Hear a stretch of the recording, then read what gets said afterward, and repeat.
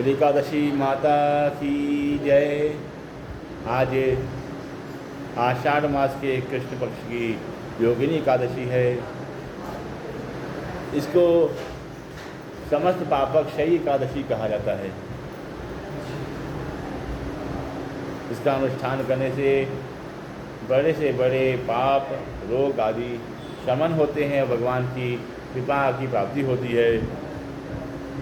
एक समय महात्मा युधिष्ठिर ने भगवान श्री कृष्ण से पूछा कि हे भगवान, आषाढ़ मास में कृष्ण पक्ष में किस नाम की एकादशी होती है, उसका क्या महत्व है, यह हमको बताइए। भगवान श्री कृष्ण से जब महात्मा युधिष्ठिर ने यह प्रश्न पूछा, भगवान श्री कृष्ण कहते हैं, हे राजन, समस्त व्रतों में उत्तम फलों को देने वाली पापक्षयकारिणी आषाढ़ मास की योगिनी एकादशी, आषाढ़ कृष्ण पक्ष में योगिनी नाम की एकादशी होती है। जो भवसागर को पार करना चाहते हैं, उन भवभीरुओं के लिए यह एकादशी नौका के समान है। इस एकादशी की परम यशमयी कथा मैं आपको सुनाता हूँ।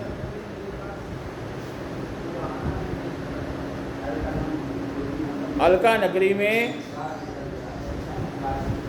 राजराजेश्वर कुबेर भगवान शंकर की पूजा में तत्पर होकर के राज्य कार्य संभालते थे। उनका नियम था कि वो प्रातः काल से लेकर के मध्याह्न पर्यंत भगवान शिव का अर्चन पूजन करते और मान सरोवर के फूलों से भगवान शंकर की पूजा करते। इसमें जरा भी चूक हो जाए तो उनको बड़ी ग्लानि होती, दुख होता।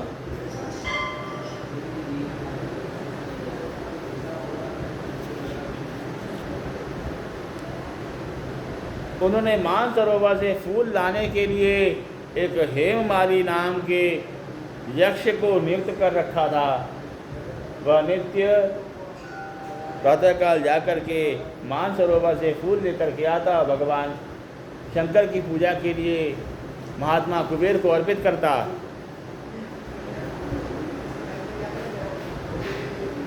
मानसात् पुष्प निचय मानीय स्वगृहतः। अब एक दिन वह फूल लाकर के अपने घर पे रुक गया, अपनी पत्नी के सौंदर्य में आसक्त हो गया और राजा कुबेर के पास में नहीं गया। अब मध्याह्न का समय बीता। राजा कुबेर अत्यंत व्याकुल हो गए कि क्या हो गया, आज फूल नहीं आए, ये हेममाली कहाँ रह गया। राजा कुबेर ने हेममाली को खोजने के लिए अपने सैनिक भेजे। सैनिक सब तरफ खोजने के बाद घर में गए हेममाली के, वहाँ पर उसको अपनी पत्नी के साथ देखा। तब सैनिक तुरंत राजा के पास में आया, कहा कि महाराज, हेममाली तो अपने घर में ही बैठा हुआ है पत्नी के पास में।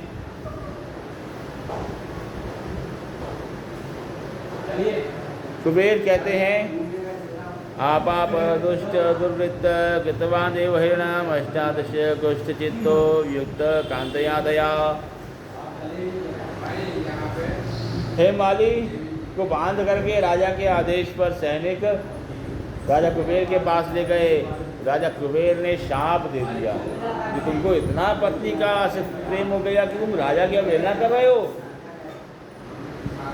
कोई मैं शिव पूजा में बैठा हूँ, तुमको पता है मुझे मध्याह्न में भगवान शंकर को मैं कमल के फूल चढ़ाता हूँ, उसके बाद मैं कुछ खाता हूँ, और तुमको इतनी परवाह नहीं है। तुम शिव पूजा में व्यवधान पैदा कर रहे हो, अतः तुमको कोढ़ हो जाए और तुम अपनी पत्नी से दूर हो जाओगे। ये शाप दे दिया। तुरंत ही कुबेर के शाप से हेममाली को कोढ़ हो गया, उसको अलकापुरी से बाहर निकाल दिया गया।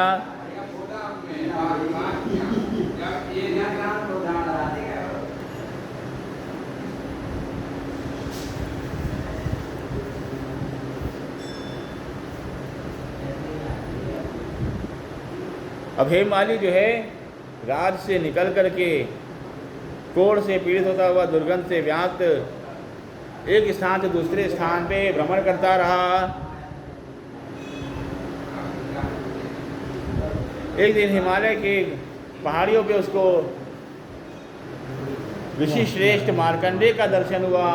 मार्कंडेय जी उसके ऊपर दया करके कहते हैं, कस्मात् कुष्ठाभिभूतस्त्वां कुतो निंदितरोषसि। हे पिशाच, तुम कौन हो? तुम्हारी दुर्गति कैसे हो गई? तब हे माली कहता है कि मैं राज कुबेर का दास हूँ। माली का काम करता था उनके महल में, परंतु एक दिन मेरे कारण से राजराजेश्वर कुबेर को शिव पूजा करने में व्यवधान पैदा हो गया। पत्नी के प्रेम में आसक्त मैं फूल लेकर के राजेश्वर कुबेर के पास नहीं गया, इस कारण से मेरी दुर्गति हो गई है। महात्मा कुबेर के शाप से मैं कोढ़ से ग्रस्त हो गया हूँ और अपने घर से निकाल दिया गया हूँ। हे महात्मा, यदि आप मेरे इस कोढ़ को दूर करने का उपाय जानते हैं, मैं शाप से मुक्त हो जाऊं, तो आप इसका उपाय मुझको अवश्य बताइए। मार्कंडेय कहते हैं, तो या सत्यम यह प्रोक्तम ना सत्यम भाषितम जितः अतो व्रतोपदेशम ते कथयामि शुभप्रदम।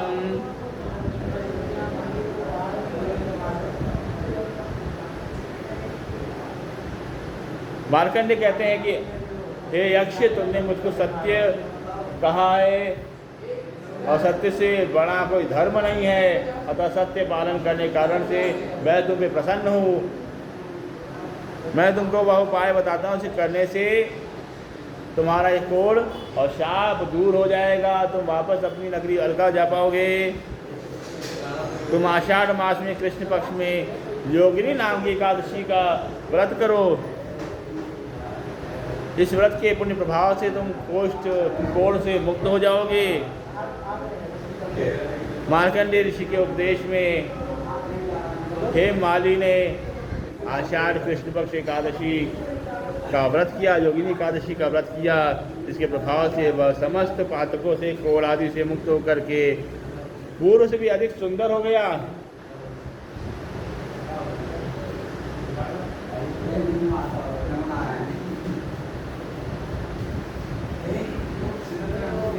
भगवान श्री कृष्ण कहते हैं, जो 18,000 ब्राह्मणों को भोजन कराता है और जो योगिनी एकादशी का व्रत करता है, दोनों को एक बराबर फल की प्राप्ति होती है।